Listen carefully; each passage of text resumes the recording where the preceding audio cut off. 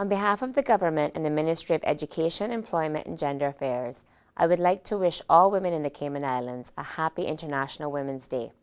The Government is pleased to support this year's theme, Planet 50-50 by 2030, Step It Up for Gender Equality, as chosen by the United Nations, because it is one that speaks to action, advancement, building momentum, and acceleration towards gender equality. As a government administration, we are committed to addressing the most pressing barriers for women, issues such as increasing investment in gender equality, reaching parity for women at all levels of decision-making, and disavowing and changing social norms that perpetuate discrimination and violence against women.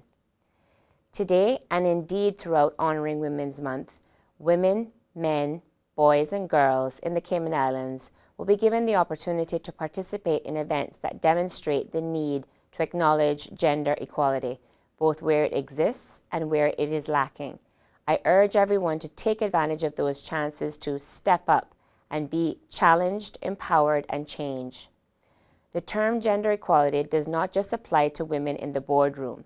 It reaches into the classrooms and into our playgrounds. It belongs to little girls and young women who want to pursue careers in science, math, engineering, politics, construction, and computer technology, to name a few, in a society that largely still contends that these are fields to be pursued by males.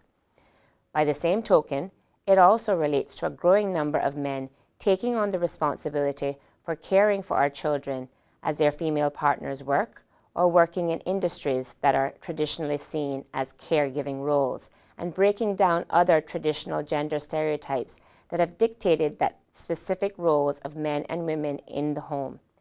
Indeed, we must be conscious that gender equality speaks to men and women being valued equally as opposed to being the same.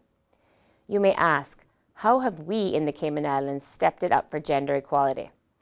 Well, today, on the occasion of International Women's Day, I'm excited to announce that the Cayman Islands government's request to have the Convention on the Elimination of All Forms of Discrimination Against Women, commonly known as CEDAW, extended to us, has been approved last week by the United Kingdom. Described as an International Bill of Rights for Women, CEDAW was adopted in 1979 by the United Nations General Assembly and has been ratified by almost every single member of the United Nations.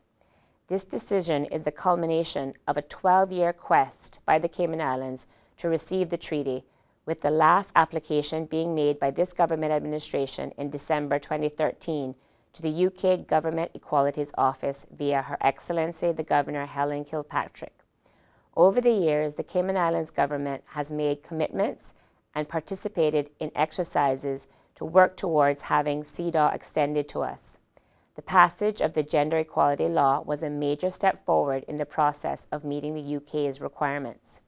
That law prohibits discrimination in employment and related matters, and also serves as a local enabling legislation that upholds the principles of CEDAW.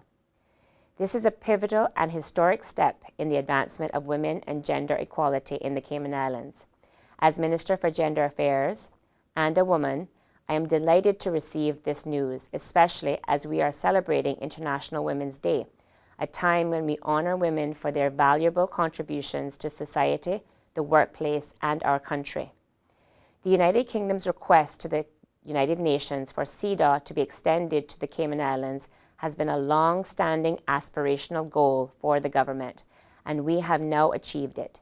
This imminent extension validates the work we have been doing already to ensure equality between women and men and promote a culture of human rights in the Cayman Islands. Our desire to have CEDAW extended to the Cayman Islands is a reflection of our mission to create a more positive and equitable future for our sons and daughters and a healthier and more productive society. On behalf of the government, I say congratulations to the team from the Gender Affairs Unit, who over the years have tirelessly worked towards completing the necessary requirements of the United Kingdom's Government Equalities Office in order to achieve the imminent extension of CEDAW. I also congratulate the team in the Attorney General's Chamber as well. I also take this opportunity to commend the dedicated staff of the Family Resource Center, Cayman Islands Crisis Center, and other government entities and non-governmental organizations who work not just during Honouring Women's Month, but on a daily basis assisting women during difficult periods of change or crisis, empowering girls, women, young parents and families with information and education, and promoting gender equality in our society. Today, thousands of events are being held throughout the world to inspire women and celebrate achievements. In the Cayman Islands, we are using International Women's Day as a platform to inspire women and men alike to make a difference in their communities, stand up for justice and change, and be a voice for those who cannot speak for themselves. We also want to show appreciation for those women in the community that continuously strive for better for our islands for all. There will be a variety of activities taking place throughout the month of March to celebrate Honouring Women Month and help us advance the cause of gender equality. I encourage everyone to visit the Family Resource Centre's Facebook page for information on upcoming events. Society cannot change overnight, and minds do not change organically. With the advancement of technology and social media, the power of corporate, social, and grassroots initiatives, and the voices of supportive men and women willing to speak out on issues concerning gender equality, everyone can be an advocate for change. Indeed, a collective effort is necessary when striving towards gender equality, and the mutual benefits that it yields will ensure that the future of our girls is bright, safe, rewarding, and valued as equally as our boys.